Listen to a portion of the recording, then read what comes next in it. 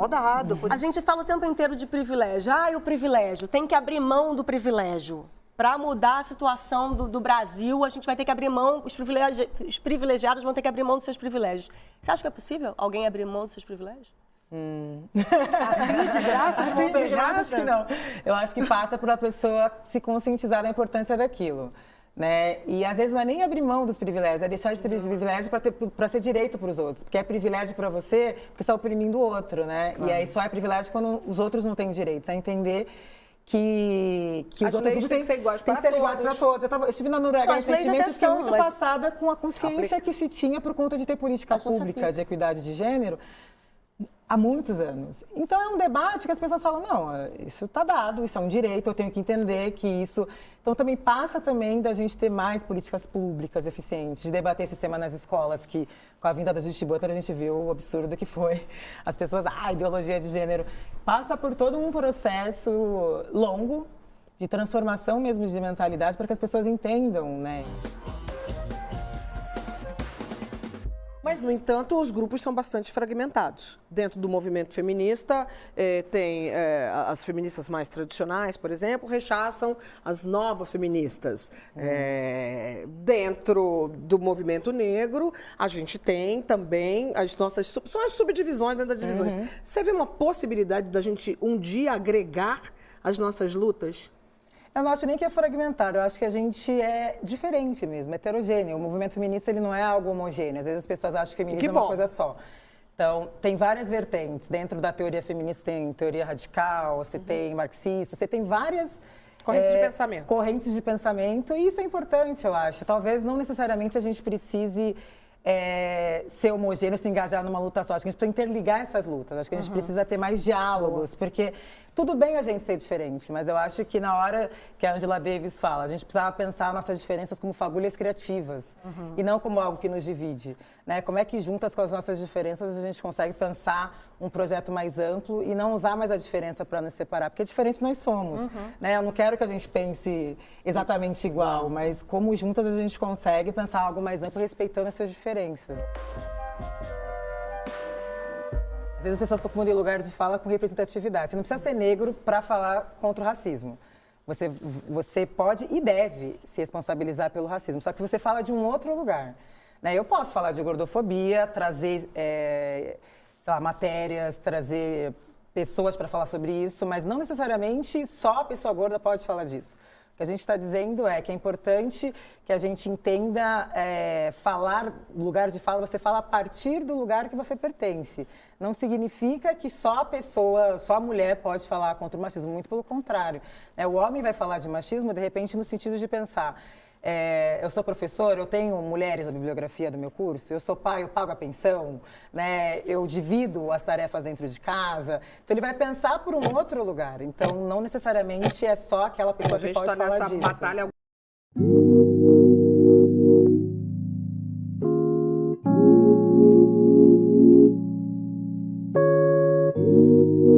Oi pessoal, tudo bem? Vocês sabiam que essa é a terceira edição do Júlio das Pretas aqui na Cadastra? Bom, eu quero te convidar antes da gente começar o evento pra gente entender um pouco mais sobre a história do evento. Vamos lá? Essa celebração tem uma história importante. Começou com o Dia da Mulher Negra Latino-Americana e Caribenha em 25 de julho.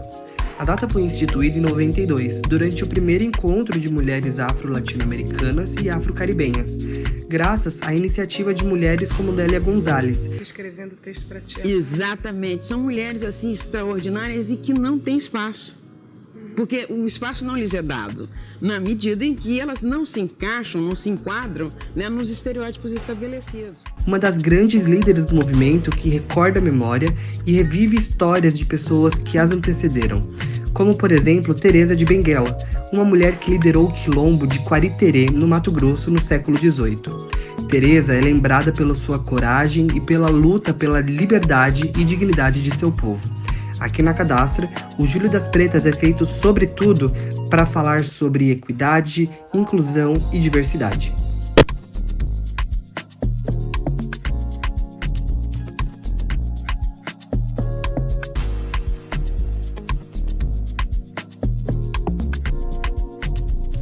Bom dia, pessoal. Primeiro, eu queria agradecer a todo mundo que está participando aqui, com a gente presencialmente, com a gente na live também.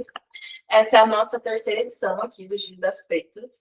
E hoje nós vamos ter um bate-papo aqui com 3 convidadas. Então, nós estamos hoje com a Carla, com a Aline e com a Jaqueline.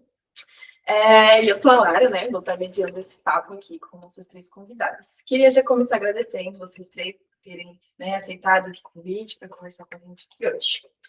E para a gente conhecer um pouquinho melhor de vocês, queria que vocês começassem de forma breve, contando um pouquinho sobre a trajetória de vocês, quem vocês são, de onde vocês vêm, o que vocês têm feito atualmente. Quem quer começar? Por livre espontânea pressão. Bom, gente, para quem não me conhece das meninas, eu sou a Clara. Recentemente integrei ao time de PNC aqui da Cadastra, mas a minha trajetória no e-commerce começou em 2009. Aí a gente dá um spoiler da idade, não precisava. Comecei em loja, né? Trabalhei alguns anos no Grupo Pão de Açúcar e aí depois fui para a consultoria. Hoje eu faço parte de uma das lideranças do time de PNC aqui da Cadastra.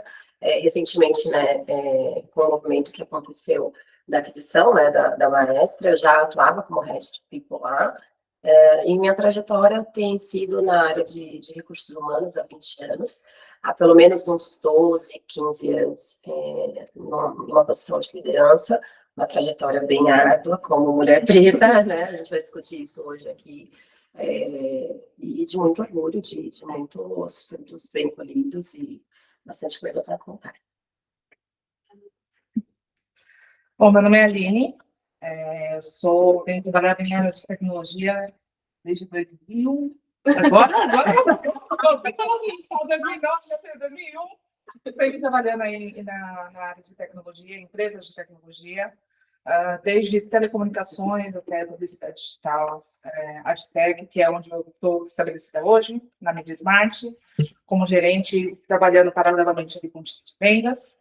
E toda a minha carreira foi montada dentro do ambiente marketing, né? Porém, em indústrias diferentes, né? Em telecom, em indústrias de pequeno negócio mesmo familiar, eu trabalhei em empresa familiar, dentro do marketing das empresas, e hoje atuando mais fortemente aí na área de soluções para vendas, trazendo mais insights, conteúdos para o time, alavancar e apoiar o time de vendas na trazer os resultados e tudo mais. Eu sou Jaqueline, eu sou Client Service Manager da América Latina na Smart. A minha trajetória era um pouco picada, assim, porque eu sou formada em lazer turístico, né? Muito a ver com a área que eu estou hoje. Eu cheguei a trabalhar um pouco, sou mais nova aqui. Faz tempo que eu não estou mais nova em nada. Mas eu comecei em 2009 com turismo, né? Mas na minha área atual foi uma mudança que eu fiz de carreira. Comecei ali com a parte de gestão de publicidade, né? Eu queria uma coisa um pouco mais dinâmica ali da área que eu estava prestando consultoria em turismo.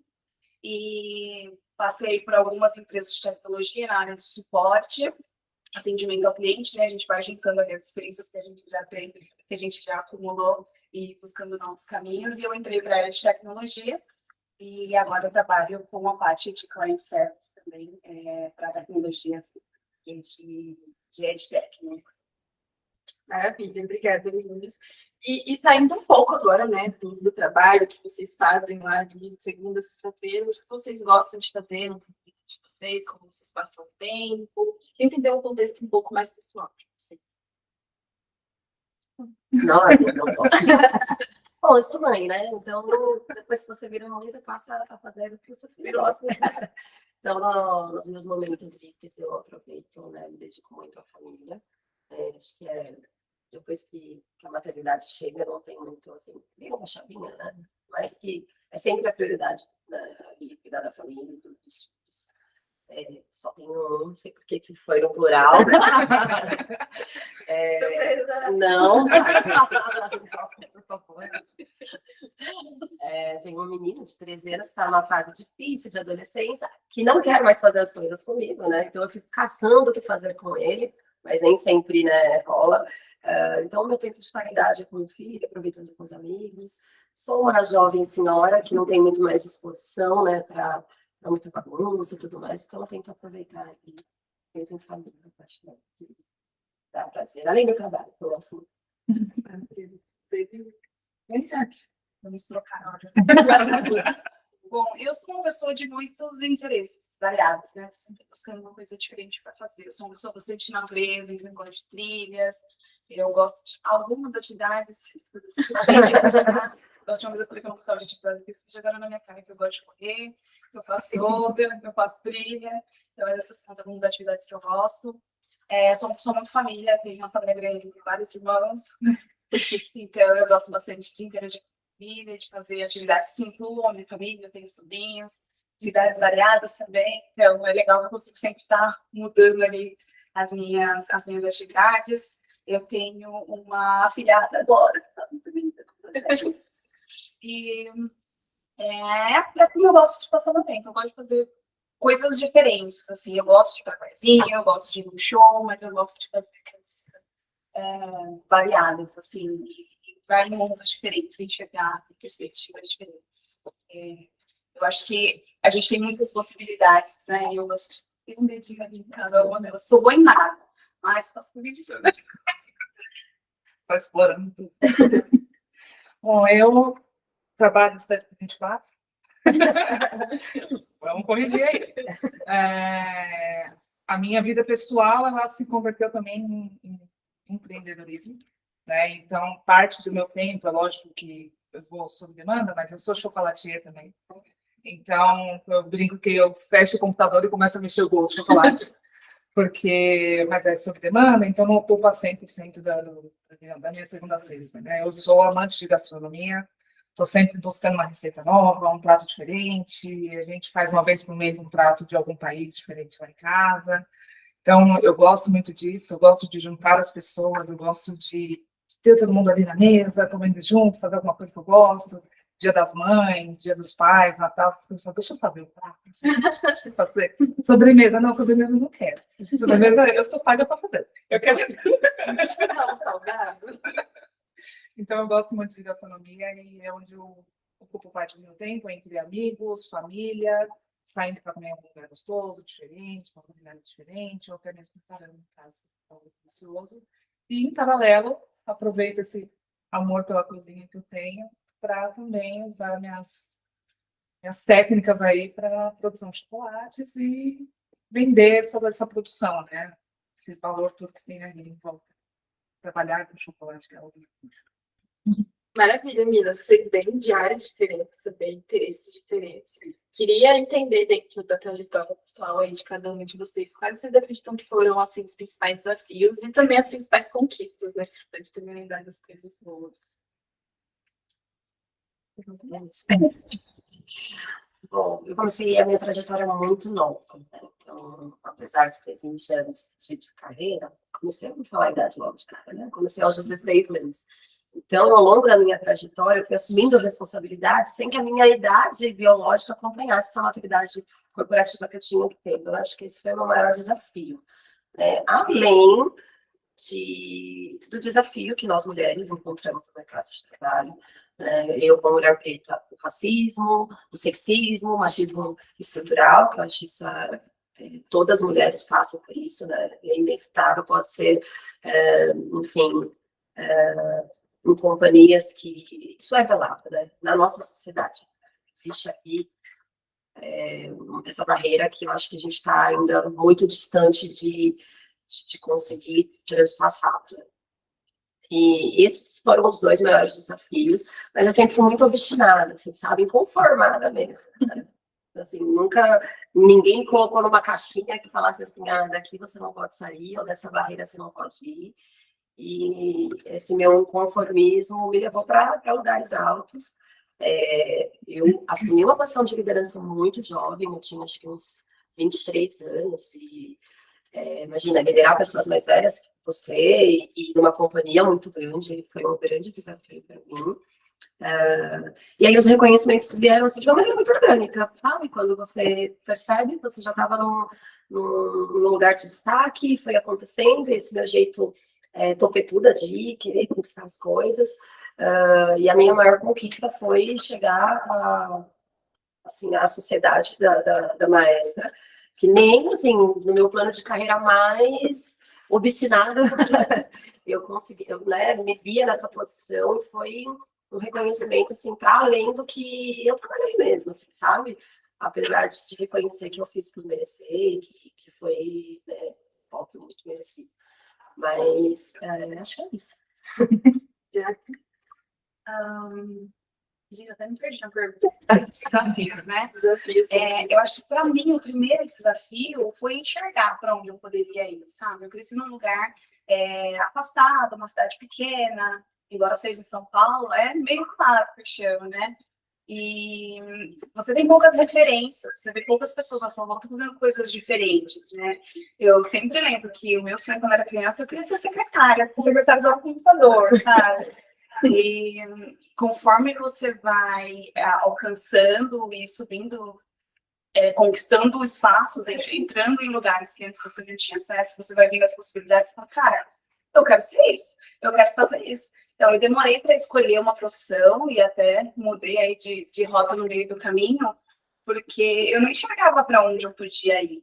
E quando você não enxerga para onde você pode ir, como você querer fazer uma coisa que você não desaprendiste, sabe?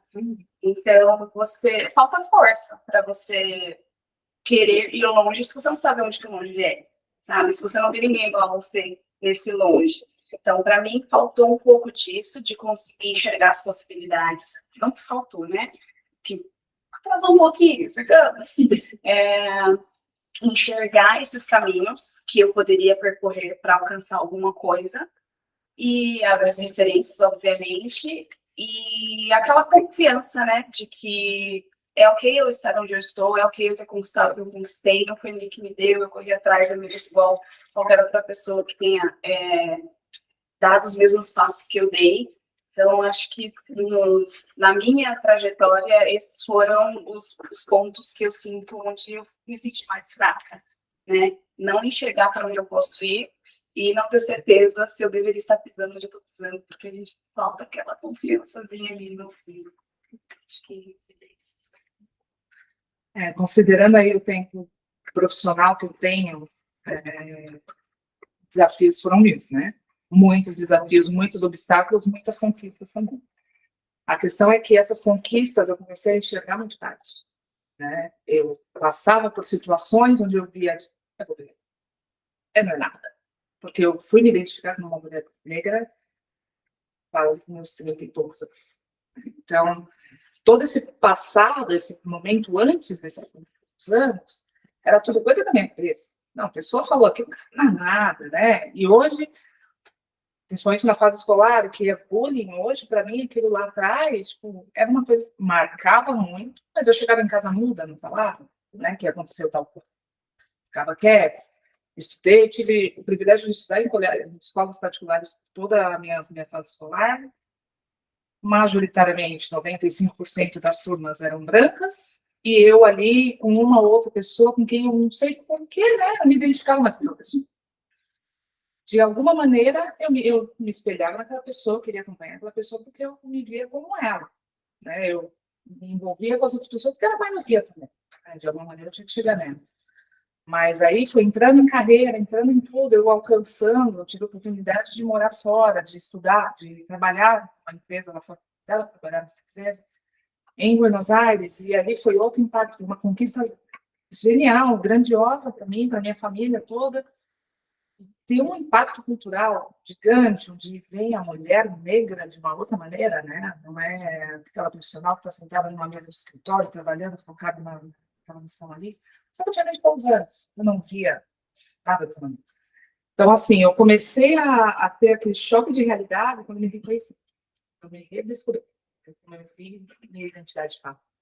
E aí foi quando começaram os conflitos, a confusão, e o que está acontecendo e tudo mais, até aí tudo se enquadrando e as conquistas chegarem, de fato, organicamente, e eu ver que isso foi mesmo. Eu não foi porque, não, eu entrei aqui porque fulano me indicou. Não, entrei porque eu conquistei esse espaço. Né? Então, foram momentos, assim, de calibrar até chegar e me acalmar e falar assim, eu estou aqui porque eu mereço, porque eu conquistei, porque eu fui atrás, e todo aquele passado tem a sua carga hoje, e eu estou por causa disso. Você sabe que eu me identifico com o que você falou de se enxergar? Eu demorei para me enxergar como preta.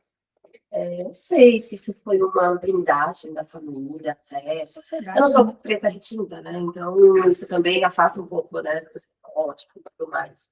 Mas eu também, a sociedade, óbvio. Mas eu, depois que eu me enxerguei e comecei a olhar para os meus semelhantes e me identificar mais com os meus semelhantes do que naquela caixinha que me colocavam, estudar em escola particular, estar numa família miscigenada, né? Acho que bastante com isso. Acho que várias mulheres negras, né, nessa fase de idade teve esse período, né, de agora que eu me enxerguei como uma mulher negra há pouco tempo atrás, né? E felizmente a gente está começando a criar nossos filhos. Eu ainda não tenho filhos, mas você vê referências aí que já estão educando essas crianças para elas saberem qual vai ser a trajetória delas, os possíveis obstáculos que podem vir, que esperamos que não tenham os obstáculos que nós tivemos na nossa infância, na nossa fase adolescente. Então, que essas coisas vão naturalmente sendo vistas de uma maneira mais leve, mais sutil, e de uma maneira que elas consigam enxergar assim que eu tenho espaço nesse mundo, eu consigo conquistar tudo. Né? O que para a gente já foi, né, uma trajetória muito mais árdua, muito mais difícil. São muito mais pedrinhas ou pedras. É legal a gente ver que hoje a gente tem esse assunto muito mais aberto, né? A gente conversa mais com as mulheres negras em todas as fases ali, com as crianças, com as jovens, e a gente vê as mulheres muito jovens se posicionando e tomando frente aí das lutas, né? De reconhecimento e de pertencimento e ocupação dos espaços. E acho que acaba sendo para todo mundo da nossa fase assim uma descoberta um pouco tardia. A minha família é uma família sem pai, né? A minha mãe é uma mulher branca e os meus irmãos são de tons variáveis, né? Muitas das famílias. Então, em casa, a gente não tinha muito isso. Eu acho que eu fui perceber mais na fase faculdade. Eu sempre tinha aquela informação, dizer o que você é, né? E eu ficava, cara, parda eu não sou. Então, eu tenho que ser preta, eu não tenho outra opção. E aí você preenche aquilo e começa a ruminar na cabeça como que você se encaixa ali, o que aquilo significa para você, né? Eu acho que eu assimilei e inferi de verdade o racismo que eu acabei sofrendo e o preconceito sexista e tudo mais. Quando eu fui para São Paulo, né? Eu não sou adulta, eu sou de São Paulo. Mas quando eu participei de um grupo de inglês para mulheres negras, e eu ouvi as meninas contarem as histórias delas, porque era uma coisa assim bem neutra, bem fluida de conversa. E quando elas contavam as histórias delas, eu falei, epa, eu já passei por isso. Por que eu não enxerguei isso como racismo?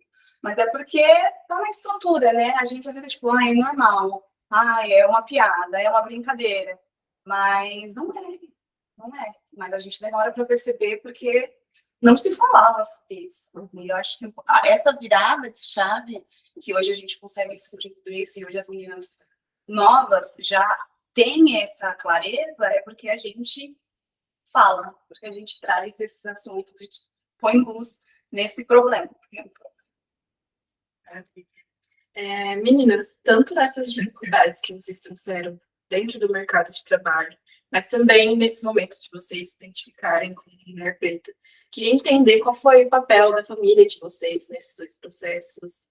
Não necessariamente somente a família, né? Mas os amigos, da rede de apoio que vocês construíram. Como foi? E, no caso, né? No caso, o buraco é um pouco mais embaixo. Eu sou filha adotiva, mãe descendente de alemão, pai descendente de espanhol, com 2 filhos biológicos brancos, e mais uma filha adotiva que não temos relação biológica ali, mas ela também foi adotada.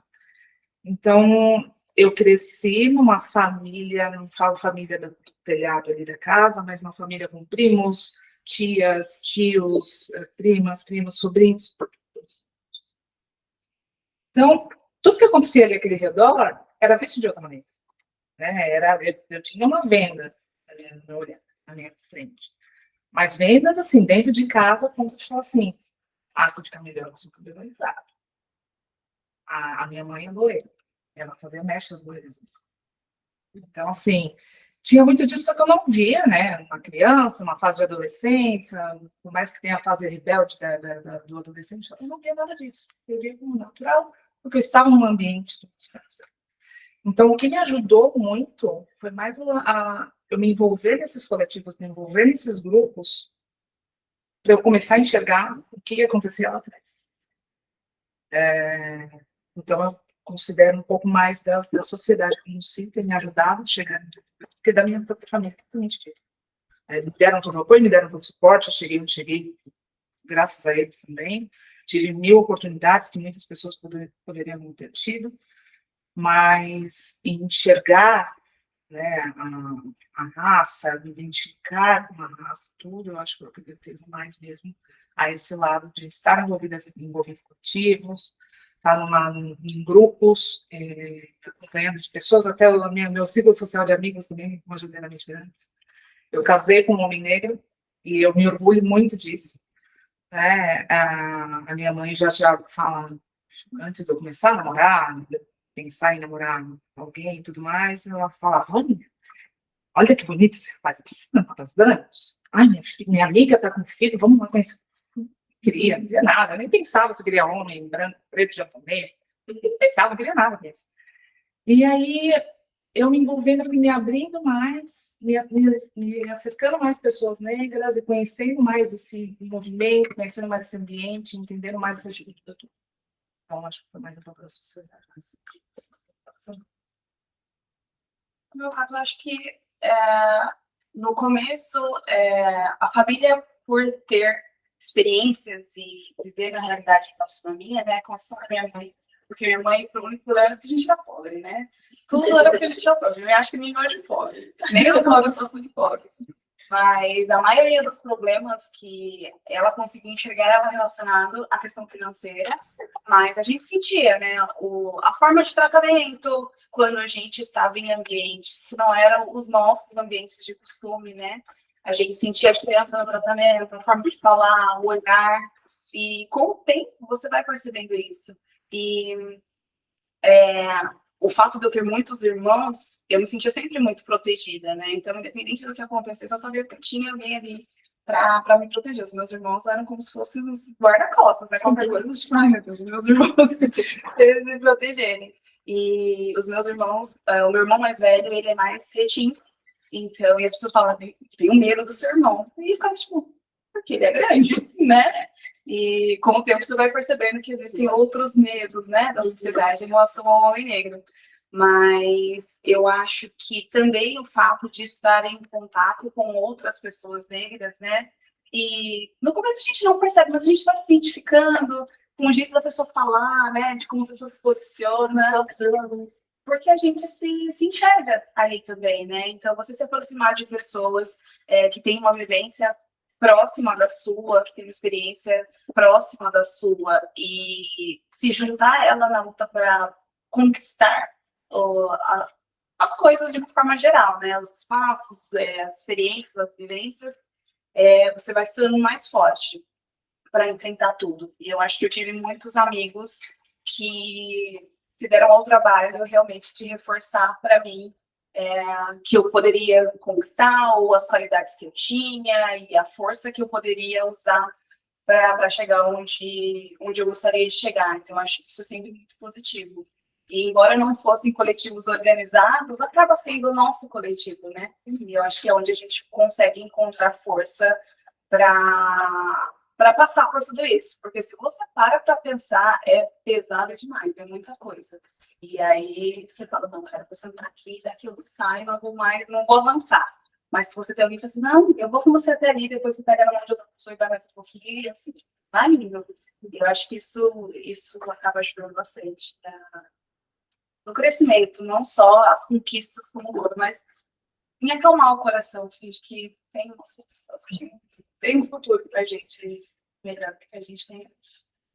A gente, no caso, eu sou de uma geração que a gente não discutia, né, como as meninas falaram, a gente não discutia racismo em casa, a gente só resistia, né, eu acho que o papel da minha família foi esse, de resistir eu tenho uma pessoa próxima que fala que ele é um preto invicto, né? Que não se envolveu em situações erradas, porque a gente tem essa oferta muito fácil, porque a falta de oportunidade leva a isso, né? Acho que é uma outra pauta de discussão, mas para pessoas pretas isso é estatístico.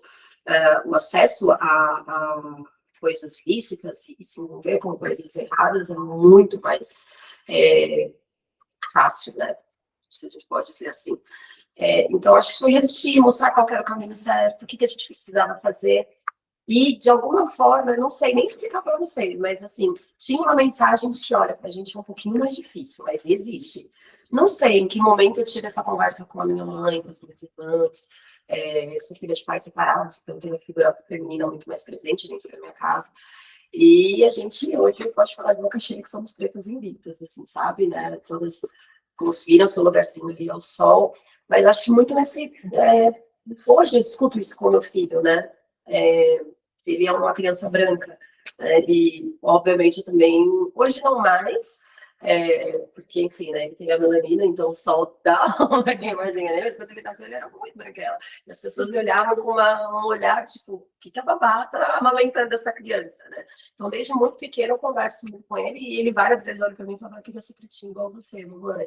Né? Fala que ele é branco pra você ver, não gosta. Enfim, porque ele tem essa referência e ele gosta de ficar bronzeado e tudo mais. Então, assim, a gente fala muito sobre isso em casa, né? De como ele tem que se posicionar frente à sociedade, etc. Por ser filho, neto, ter primos pretos e estar ali numa família majoritariamente preta. Então, hoje tem essa discussão, mas eu não consigo me recordar como que minha família me apoiou nesses desafios. Assim, tinha uma mensagem ali, isso eu tenho certeza, né? Que foi inconsciente que seja, mas que, olha, resista, para a gente é um pouquinho mais difícil. Eu vi essa semana, acho que alguns de vocês devem ter visto no Instagram, uma postagem que um cara preto, ele chega, né, com uma sacola, quando minha mãe chegava com as doações da casa da patroa, né, e aí eu mandei para minha mãe, que está na Austrália, né, uma mulher preta, foi fazer um intercâmbio de 4 meses na Austrália com a minha irmã, eu mandei para ela, falei, mãe, é a nossa, e assim, ela falou, os comentários é a nossa vida todinha, porque eu fui para Disney várias vezes, que vinham coisas da Disney, eu tenho uma torre Eiffel, até hoje, de doação que me deram, que, né, não foi a gente que comprou, não foi a gente que viajou, e hoje a gente está acessando esses lugares, né? Então tinha essa mensagem que, pô, um dia a gente vai chegar lá, é só resistir, fazer as coisas certinhas que a gente chega lá. Eu acho que foi isso. Perfeito. Queria entender também, né? Entendi um pouco de como vocês se conectaram com esses movimentos, como vocês se entenderam como mulheres pretas, mas trazendo até como exemplo o próprio Giro das Pretas, como que o que significa isso para vocês atualmente? Qual é o papel desse de outros movimentos de vocês? Olha, na minha vida foi fundamental me envolver em um movimento, me envolver em um docente, para me trazer a clareza de onde estou, como estou e para onde vou. A gente é direcionado ali, e esses movimentos, eles têm uma visão para te trazer assim, ó, lá na frente, assim. Para aquela outra pessoa ali, vai ser só assim. Mas beleza, como vai ser esse assim, né? Então, estou aqui para estar do seu lado, para te mostrar como que você vai enfrentar esses obstáculos. Então, foi quando eu me enxerguei, foi quando me abriu os olhos, foi quando eu vi que tudo que tinha acontecido lá atrás, de fato, eram pontos racistas. Dentro da minha família, as conversas, os assuntos, como é ditado, os trocadilhos, as mensagenzinhas assim, como que aquilo eu via e dava risada, e o que estava errado aqui. Então, assim, o conhecimento que eu adquiri com esses movimentos, o quanto eu vou poder trazer para um sobrinho, para um filho. Eu tenho 2 primas que são pretintas. Cara, eu faço o que for ao meu alcance para mostrar para elas um mundo que eu não vi, entendeu? O mundo, eu estava fantasiando no mundo, eu estava no fantástico mundo de Bob. Alguns não vão saber o que eu estou falando, né? Peguei a receita. Fantástico mundo de Bob, eu estava lá, talvez em Nárnia, para ficar mais próximo.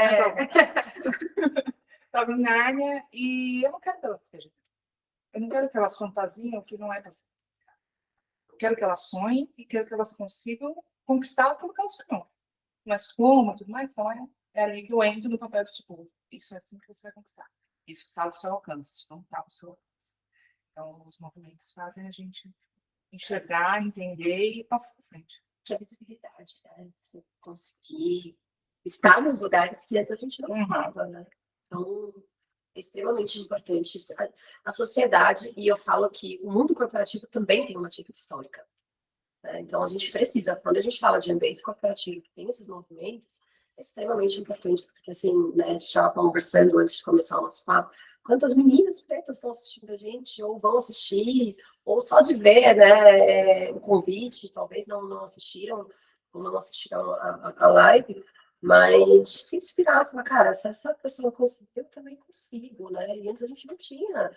Quantas pessoas pretas, assim, de referência da minha época, assim, cara, eram pouquíssimas. Hoje você tem não só artistas, você tem intelectuais, cientistas, esportistas, né? As meninas acabaram de ganhar, as meninas da ginástica olímpica acabaram de olímpica. Nossa, isso pega muito na idade também, né? Ninguém é uma ginástica olímpica, a ginástica artística, cara.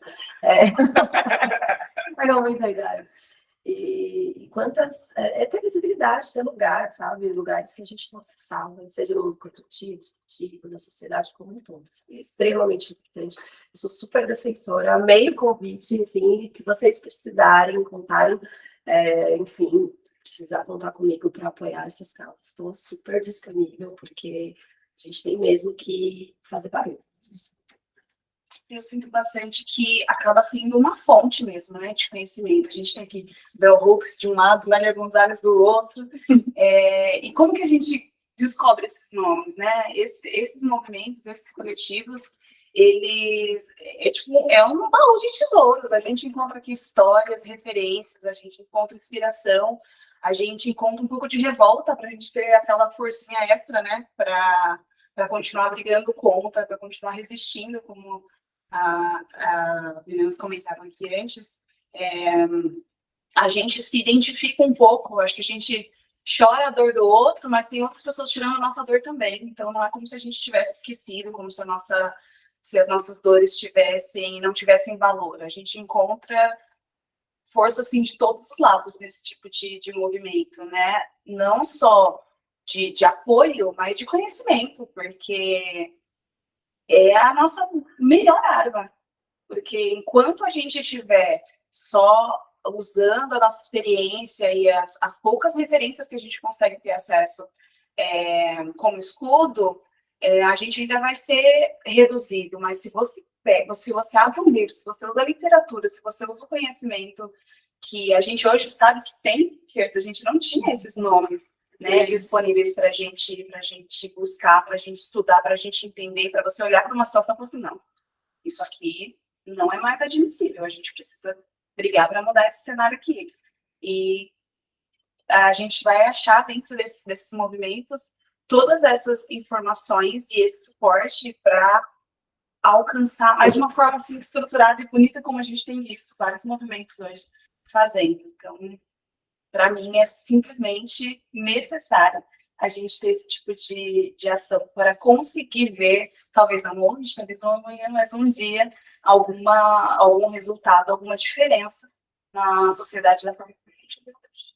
E por mais que a gente tenha histórias diferentes, né, as nossas histórias se conectam. Então, assim, se conectam com as outras pessoas também, né, com os nossos semelhantes. Então, é extremamente importante, porque não é um lugar de falar, não tem nada a ver a história da Jaque Dari, não tem nada a ver com a minha história, não. São histórias diferentes, mas que se conectam. Então, vai se conectar com outras pessoas, então é importante, né, para as pessoas se inspirarem. Eu acho que esse tem que ser o principal objetivo, estar aqui para fazer barulho, inspirar outras pessoas e a gente ver um futuro, como a gente falou ali, um ambiente que seja mais legal.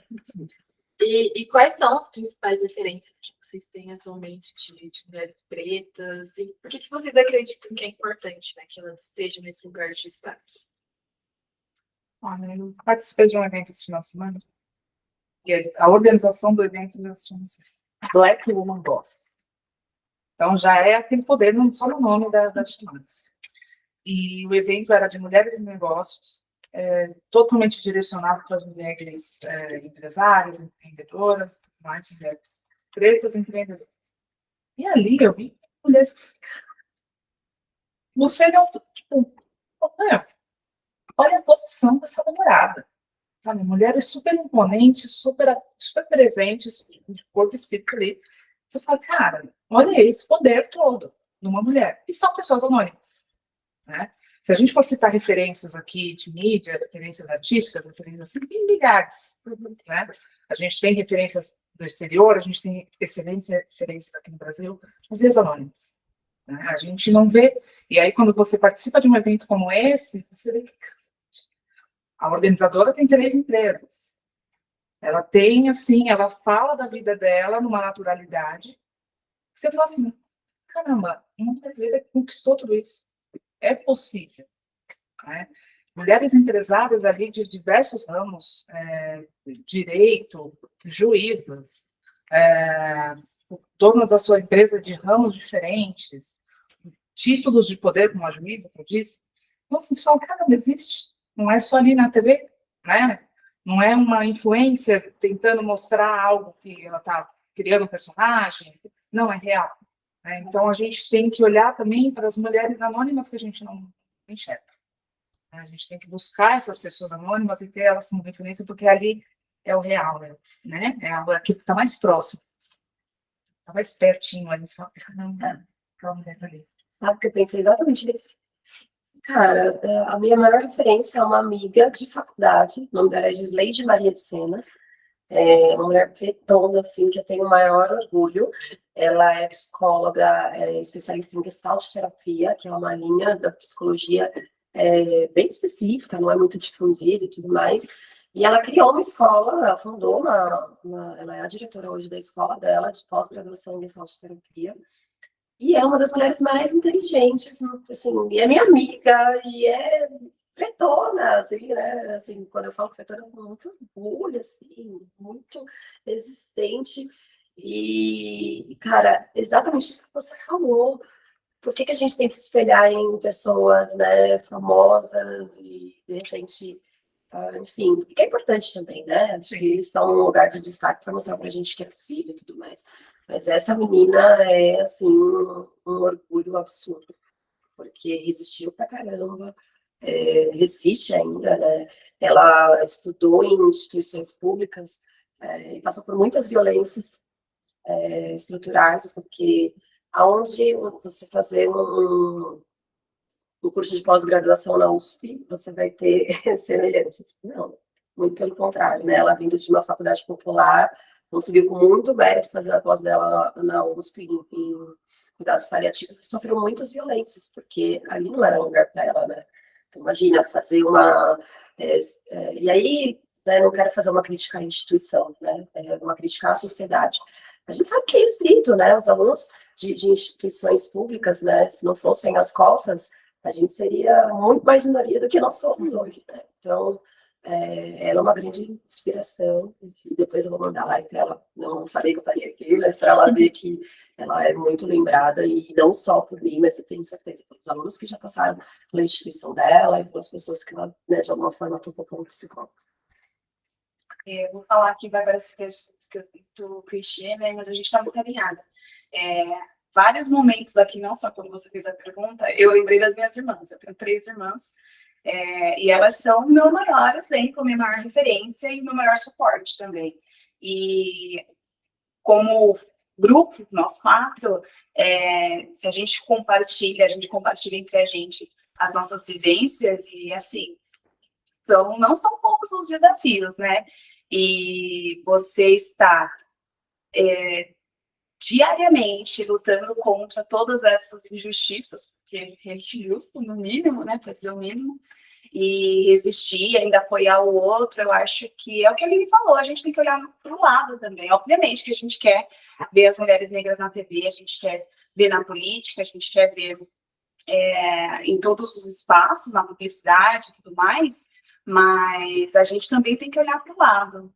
E é engraçado porque existe, inclusive, um movimento que sugere que a gente faça bastante esse movimento de olhar para o lado, principalmente onde a gente chega lá naqueles lugares onde a gente não se imaginava e ver quantos iguais a gente encontra. Porque o ideal é que a gente olhe para o lado e veja vários pontinhos pretos, sabe?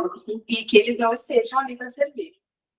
Esse é o interessante. E aí, quando você fala de quem te inspira, quais são as suas referências, e são as minhas irmãs. Eu tenho uma irmã que trabalha com finanças, eu tenho uma irmã que trabalha com recursos humanos, e eu tenho uma irmã que é artista. Então, são desafios de mercados diferentes, mas são desafios diários que eu tenho acesso ali, e eu vejo elas lutando e vencendo esses desafios todos os dias.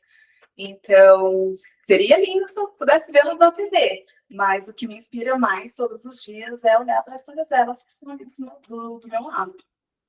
Eu acho que isso é bem importante. Meninas, nós queremos que vocês continuem, né, se inspirando. Por favor. Então, nós temos aqui as escritoras pretas aqui. E a gente quer que vocês escolham o que vocês vai fazer. Nós temos nomes. A própria Bell Hooks e a Conceição Evaristo, que eu particularmente sou muito fã. Mas queria que vocês vissem quais os meus negócios. Que bom! Sim, sim.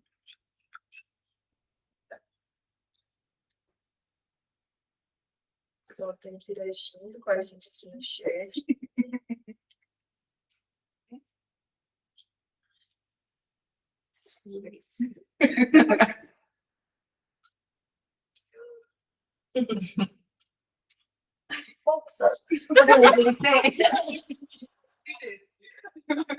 Pode. Gostei desse. Então deu certo. Troquei. Ótimo, meninas. Porque tem algumas referências literárias, né? Que tem muitas, né? Tem muitas. Muito bom. Ai, gente, obrigada pelo carinho. Veio presente. Queria que a gente já abrisse aqui para o chat, né? Se tem alguma pergunta, alguma curiosidade, queria que citasse sobre o tema. Enquanto eles vão estar mandando lá para a gente, queria que a gente terminasse pensando assim. Para mim é muito importante a gente nunca deixar de sonhar, né? Então, apesar da trajetória que vocês já tiveram, quais são os sonhos de vocês ainda, onde vocês querem chegar? Uma meta, um objetivo, não precisa ser algo deslumbrante, mas só uma coisa que vocês ainda querem fazer.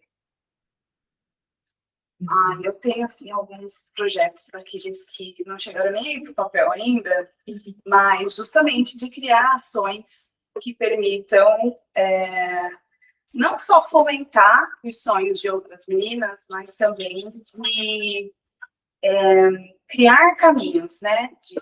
Digamos assim, em palavras mais na prática, patrocinar sonhos, sabe? Acho que esse é um desejo que eu tenho.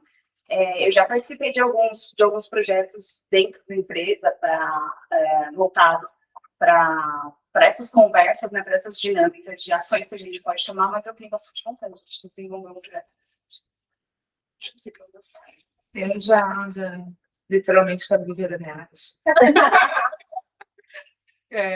Seguir aí transmitindo alegria e felicidade através do chocolate, né? Porque quando a gente presenteia alguém, você vai dar um presente para ela com chocolate, ela representa um momento de alegria, de felicidade, de conforto. Né? Então, vender o chocolate não é simplesmente vender o chocolate. E considerando que eu produzo artesanalmente, estou fazendo isso porque você pediu chocolate, você tem uma que vai presentear por algum motivo, mas então tem todo um cuidado no preparo para você ter o cuidado com a entrega. Né? Então, entregar a felicidade. Né?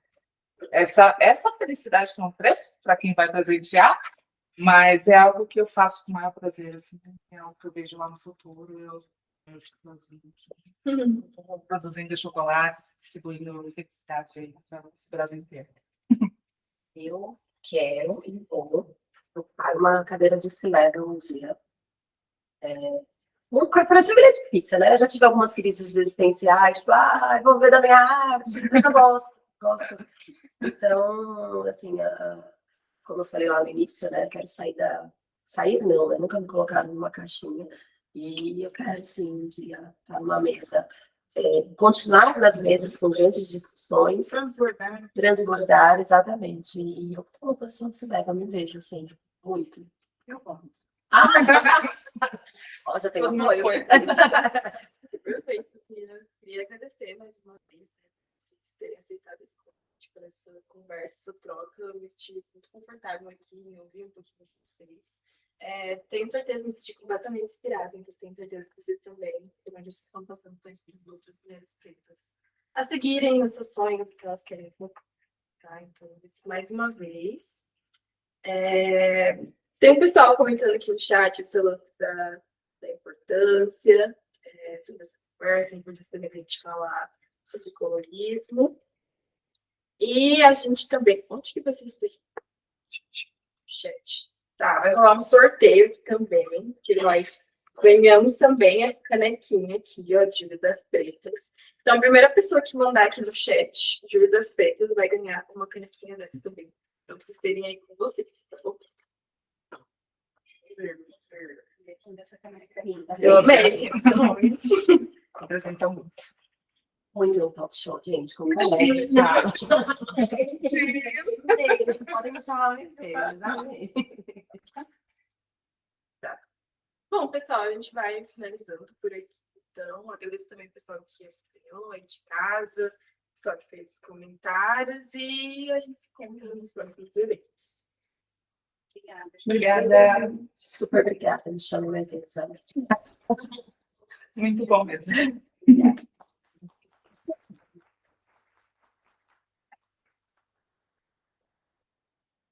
Chega agora,